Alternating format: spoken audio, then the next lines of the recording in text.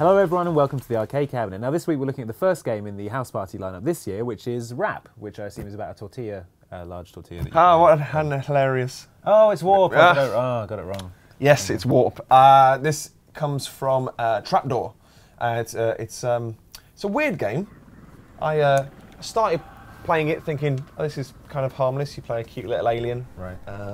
Who's been kind of captured by scientists and experimented on. Yeah. And immediately thoughts turned to something like Explosion Man. Okay, yeah, nice. We thought, yeah, a bit jolly, slightly, comic. No body horror in that. You blow up scientists, but they just turn into like chunks of comedy meat. Oh, it's delightful. It is. It's lovely, but in kind of murder we can all get behind. Exactly. No real scientists were harmed in the making of Explosion Man, but with Warp, it's warped. It's a bit warped. It's slightly grisly. So your main character is still quite cute. They have kind of a blank expression. Doesn't really say anything, but can converse with other aliens. So what is it? He's an alien that they've captured and put in this lab. Is that? He is an alien, yeah. And when he's experimented on, they remove this strange kind of disc thing that's on the front of his body that apparently is key to his warp ability. Right. And he rapidly regains that. And when he regains that, you soon discover that not only can he warp through walls, he can also warp into objects. Right. And he can warp into people. Okay. And that's where it all kind of goes a bit David Cronenberg. It's not good for the people, I imagine. It's pretty bad for the people. I mean, if you're feeling particularly generous, you can just warp straight back out of them and leave them feeling slightly confused and stunned. But if you're like me, you can chase down innocent scientists, warp into their bodies, wiggle the stick around, and then they just explode in a really disgusting, bloody mess. Oh, right, okay. Yeah. This is the basic gameplay. You can teleport through walls, and you need to make your way out of the lab. I assume you need to escape. Is that? Yeah, there's an element. It's a stealth puzzler. Yeah. So it looks like you're underwater here. I mean, looking at the outside of the. You're kind of in this mysterious underwater base.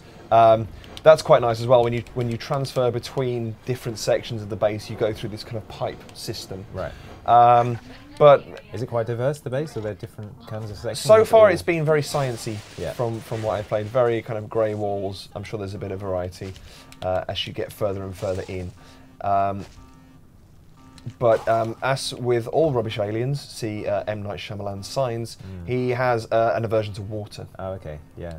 If he walks in water, he's temporarily weakened and can't warp anymore. And as come to Earth then with all the water. Of course, a planet that's, 80% water now. If he steps in that and he comes across enemies, then he's in trouble. Also, the humans have devised a very clever way of kind of turning water into a shield. Right. It just so happens that at the moment they've captured you, they've also developed this technology. That's convenient. It's very convenient. So they can have water shields, so you can only attack them from behind. Yeah. They have water barriers, so you can't teleport through certain areas, things like that. So on top of this general exploration, there's classic kind of what they call the Metroidvania style exploration. So you've got a map that gradually unfurls. You can also power up your abilities, make yourself more stealthy. When you teleport, you can make the actual motion of doing that quieter, so that when you warp into a room, people won't be alerted. Right. You can make your footsteps quieter. You can make them more powerful, so you can do them faster. So you can really choose how you want to go about it. If you're pretty confident that you can get to people before they're going to set off alarms, then you want to be faster and kind of walk around and and just blow them all up. But if you want to kind of play it cool and not be as sadistic as I am, then you might want to focus on stealth and kind of creeping your way around where possible. But there are moments where you do have to blow somebody up from the inside.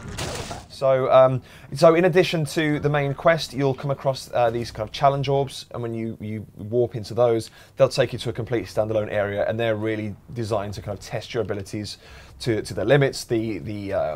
The criteria for reaching kind of gold quality on all of those is ridiculously high. Yeah. I've not managed to hit a gold yet, but when you finish the game, all of the challenge maps are then unlocked, at which point hopefully all of your abilities are probably maxed out as well. So you've got a much better chance of tackling them then, and obviously there are achievements tied to all of that too. So yeah, that's it. That's Warp in a slightly large nutshell. Cool. So this is available right now on Xbox Live Arcade, and how much is it? It's 800 Microsoft points. And also, as with all Xbox Live Arcade games, there's a demo version as well if you want to give it a go.